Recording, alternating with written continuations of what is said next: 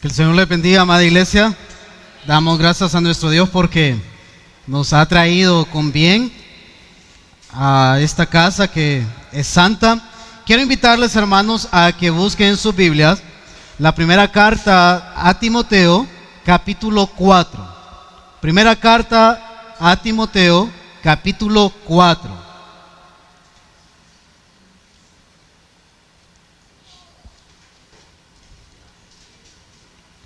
Primera carta a Timoteo, capítulo 4. Y cuando lo tengan me contestan con un amén y solamente me siguen en la lectura. Y dice así la palabra del Señor. Primera de Timoteo 4, ¿lo tenemos? Amén. Dice así la palabra de nuestro Dios. Pero el Espíritu dice claramente que en los postreros tiempos algunos apostatarán de la fe, escuchando a espíritus engañadores y a doctrinas de demonios, por la hipocresía de mentirosos que, teniendo cauterizada la conciencia, prohibirán casarse y mandarán abstenerse de alimentos que Dios creó, para que con acción de gracias participasen de ellos los creyentes y los que han conocido la verdad. Porque todo lo que Dios creó es bueno, y nada es de desecharse si se toma con acción de gracias, porque por la palabra de Dios y por la oración es santificado. Si esto enseñas a los hermanos, serás buen ministro de Jesucristo, nutrido con las palabras de la fe y de la buena doctrina que has seguido.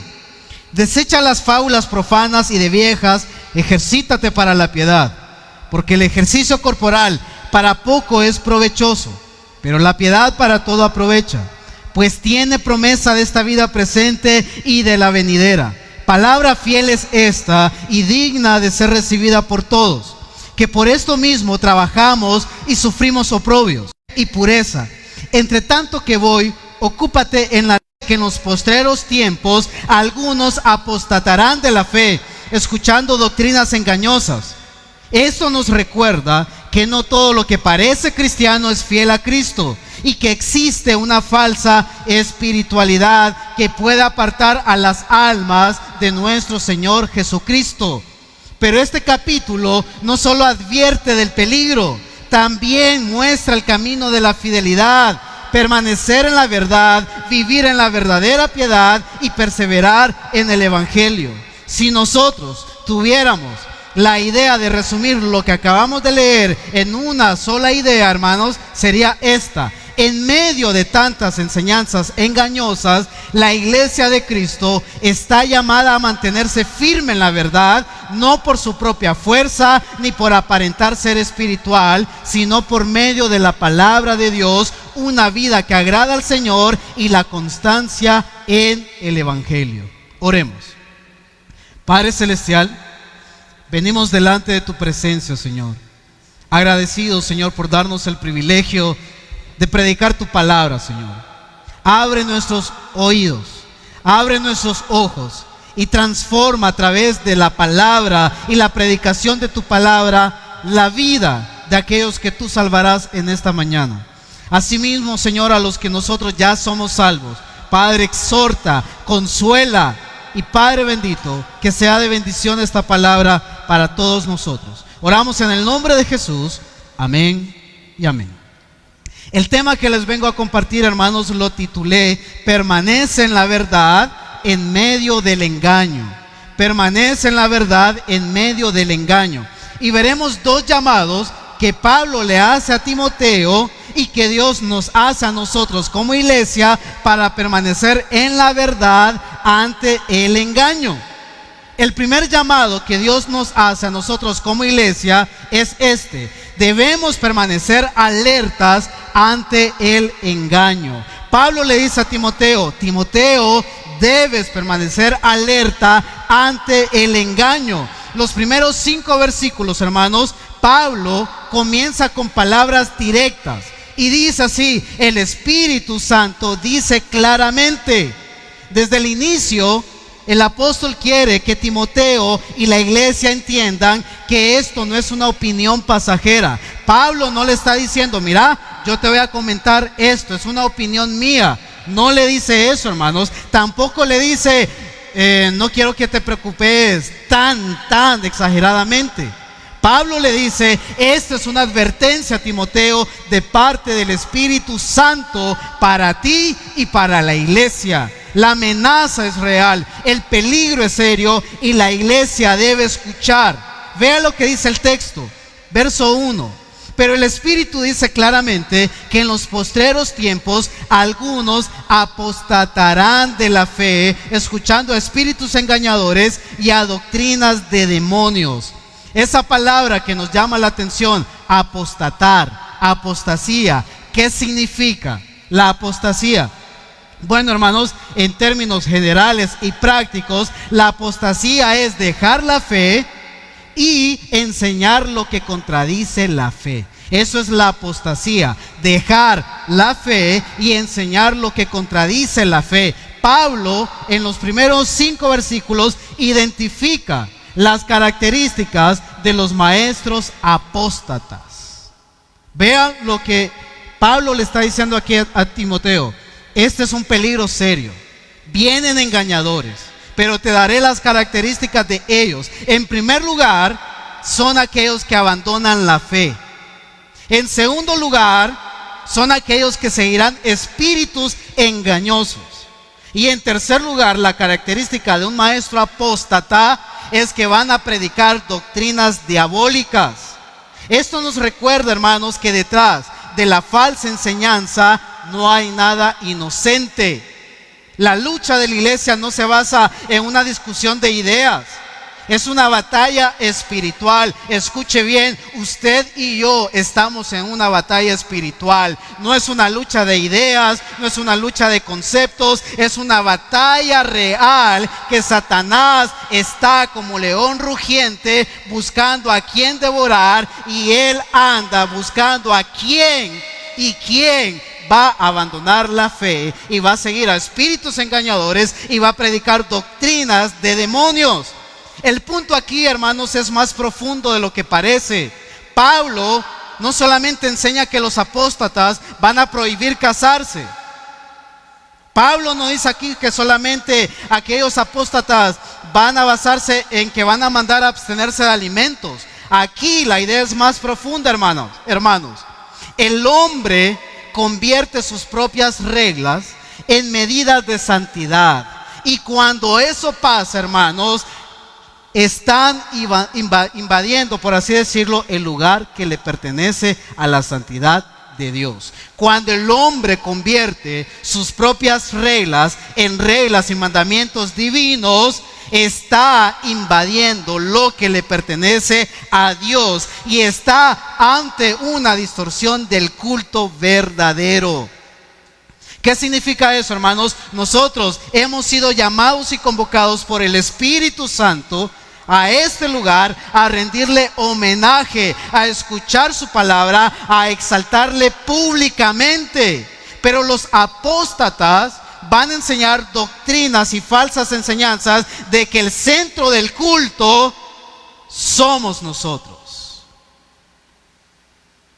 Pero el centro del culto, hermanos, es Cristo. El centro del culto es la predicación de la palabra. No es venir a dar frases motivacionales, sino es presentar a Cristo. ¿Por qué? Porque la verdadera santidad, hermanos, no consiste en reglas humanas, sino en obedecer a aquel Dios que ha revelado su voluntad en su palabra. ¿Cómo podemos dar un ejemplo claro a esto, hermanos? Una persona puede pensar que está bien con Dios porque nunca falta a la iglesia, canta los himnos, dice Dios le bendiga, viste de cierta manera y evita cosas que otros pueden ver, y en sí estas prácticas no son malas porque nos identificamos con ella, ¿sí o no? Venimos a la iglesia, venimos bien vestidos, decimos Dios le bendiga. Pero los apóstatas y los que siguen a esos maestros falsos, puede ser, hermanos, que tengan estas prácticas, pero nunca hayan reconocido su pecado delante de Dios. Quizás nosotros hemos venido el día de hoy, hermanos, como cristianos, pero en realidad no ha habido un arrepentimiento genuino en nuestras vidas. Y eso, hermanos, no es una vida cristiana verdadera, es solo religiosidad por fuera. Otro ejemplo, otra persona puede sentirse mal porque no haya pecado en contra de Dios solamente, sino porque hace exactamente lo que otros le mandan hacer o lo que la iglesia espera de ellos. Tal vez cómo vestir, qué comer, qué actividades hacer. Entonces, la persona que hace eso ya no vive guiada por la palabra de Dios, sino por lo que otros piensan. Vean acá, hermanos, esto pasa cuando la libertad que Cristo nos dio empieza a desaparecer. ¿Qué significa todo esto? Bueno, hermanos, hay dos peligros que enfrenta la iglesia: el libertinaje y el legalismo. El legalismo es aquel que nos dice: sométanse a este código de vestimenta. Los que andan de blanco, esos son aquellos que andan en santidad. Hay de aquel que anda de negro. Eso es un legalismo. Aquellas mujeres tienen que andar con la falda arrastrando y barriendo el piso. Eso es la santidad real. Hay de aquellas hermanas que andan falda abajo de la rodilla. Ese es un peligro que la iglesia enfrenta hoy en día, un legalismo. Pero también está la otra parte, hermanos, el libertinaje, aquel que dice: igual yo no soy salvo, voy a pecar lo que yo quiera, voy a cometer adulterio, voy a mentir, voy a robar, voy a estafar, igual soy cristiano y Dios me ha escogido, la gracia es maravillosa. Hermanos, ese es un libertinaje, y el libertinaje desprecia la santidad de Dios, y el legalismo suplanta la gracia de Dios. El uno dice: vive como quieras, y el otro dice: Dios te aceptará si aceptas nuestras reglas. Pero eso, hermanos, Pablo le dice a Timoteo, y por extensión a la iglesia, que debemos estar alerta. No toda enseñanza es sana, no toda voz religiosa es segura, no toda práctica antigua es bíblica, no toda novedad espiritual es provechosa. Imagínense, hoy vamos a celebrar la Santa Cena con vino y con pan, en representación y simbolismo de la sangre derramada de Cristo y su cuerpo inmolado en la cruz. Pero ¿saben qué pasa con los maestros apóstatas? Reemplazaron el vino por agua. Y hay una secta hoy en día, hermanos, que está así y que dice tomar la Santa Cena con agua. ¿Por qué? Porque dicen ellos: el cristiano no debe de beber alcohol.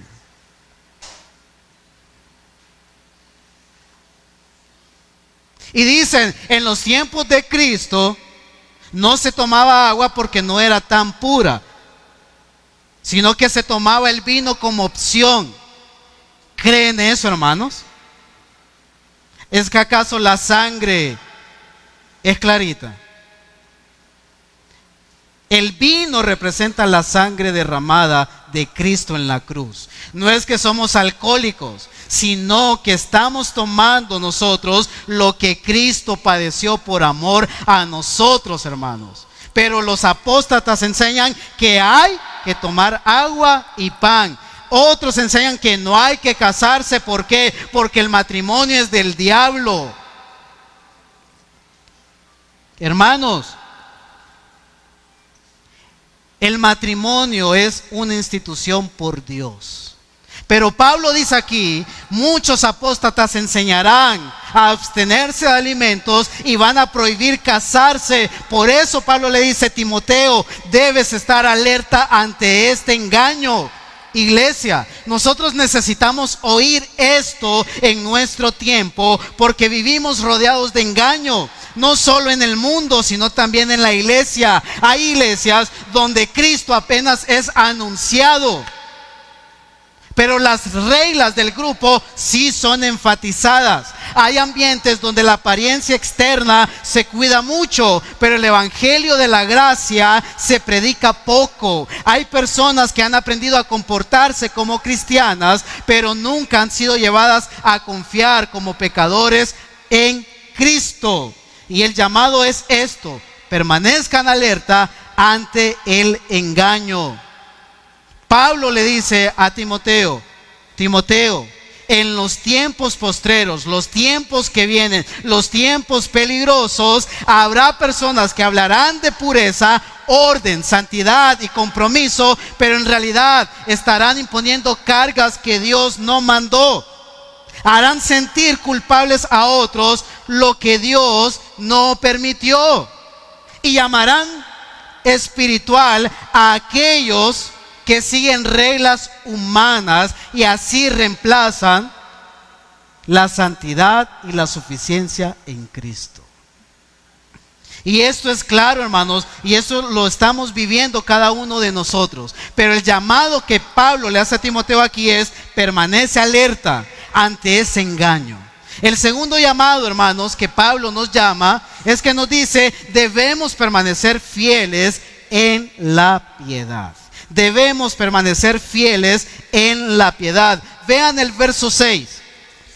Si esto enseñas a los hermanos, serás buen ministro de Jesucristo, nutrido con las palabras de la fe y de la buena doctrina que has seguido. En la segunda mitad de este capítulo, iglesia, Pablo pasa de la advertencia contra los falsos maestros y lleva a la vocación del verdadero ministro. Y aquí vemos cuál es el remedio de Dios para el error, el remedio de Dios para el engaño: la perseverancia en la sana doctrina y en la verdadera piedad. Hermanos, Pablo subraya 3 cosas concretas aquí de aquel que es fiel en la piedad. Número 1, Pablo señala que el verdadero ministro, el verdadero cristiano, tiene la sana doctrina. ¿Qué es eso, hermanos? Pablo le dice: para tener la sana doctrina, Timoteo, te debes nutrir con las palabras de fe y de la buena conducta que Cristo nos ha enseñado. En segundo lugar, Pablo le dice a Timoteo: debes seguir una piedad real, debes ejercitarte para la piedad. El ejercicio para el cuerpo es poco provechoso. No es que Pablo le está diciendo: no te vas a ejercitar, pero lo que Pablo le está diciendo es: lo que importa, Timoteo, es una vida realmente orientada hacia Dios. No se basa en algo externo. El cristianismo no es algo externo, hermanos, sino es algo que el cristiano se deleita internamente en Dios. Y en tercero, Pablo le dice a Timoteo: la perseverancia pastoral y personal tienes que tener. Recuerden, Timoteo, era un pastor joven. Y Pablo, ya experimentado, le dice: debes tener cuidado de la doctrina, pero también debes perseverar en ella. Debes cuidar tu vida, debes cuidar lo que enseñas y debes persistir en ello. Lee, exhorta, enseña. En otras palabras, Pablo le dice a Timoteo: el ministerio fiel no se sostiene por carisma, sino por perseverancia de la palabra de Dios. Por eso, hermanos, es que hoy en día hay muchas iglesias que buscan impacto inmediato. Se valora lo llamativo, lo novedoso, lo que genera reacción rápida. Este tipo de predicaciones nos da sueño. Yo quiero algo novedoso, que se nos traiga la novedad, lo que está viviendo. Pero Pablo dice otra cosa, el Señor dice otra cosa, hermanos. La sana doctrina y la enseñanza de las Escrituras son los medios que Dios usa para transformar a su iglesia.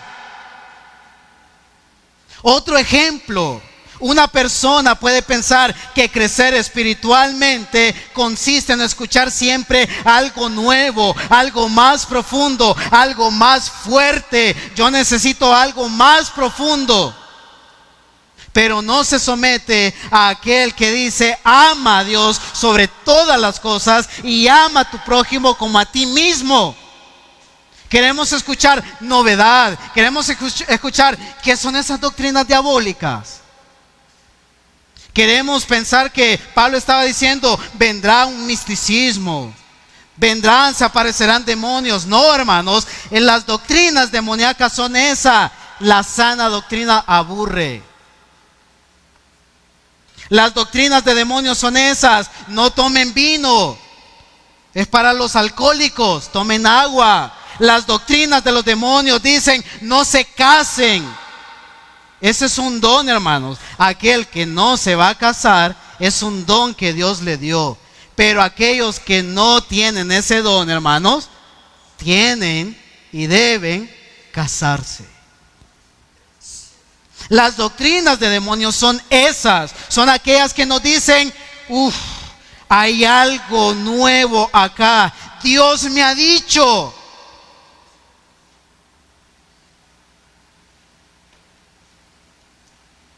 Y esto, hermano, nos confronta a nosotros como iglesia, porque muchas veces admiramos más la elocuencia que la fidelidad, más la novedad que la verdad, más la imagen que la integridad.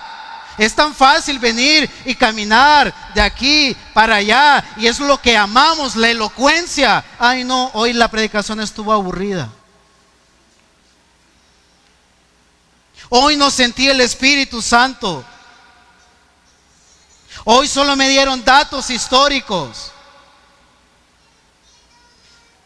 Pero Pablo le dice a Timoteo, vean el verso 15: ocúpate en estas cosas, permanece en ellas, para que tu aprovechamiento sea manifiesto a todos. Y es por eso, hermanos, que siempre vamos a decir: nosotros como cristianos somos personas que van a influir y deben influir en este mundo, mostrando a Cristo de manera activa y no pasiva.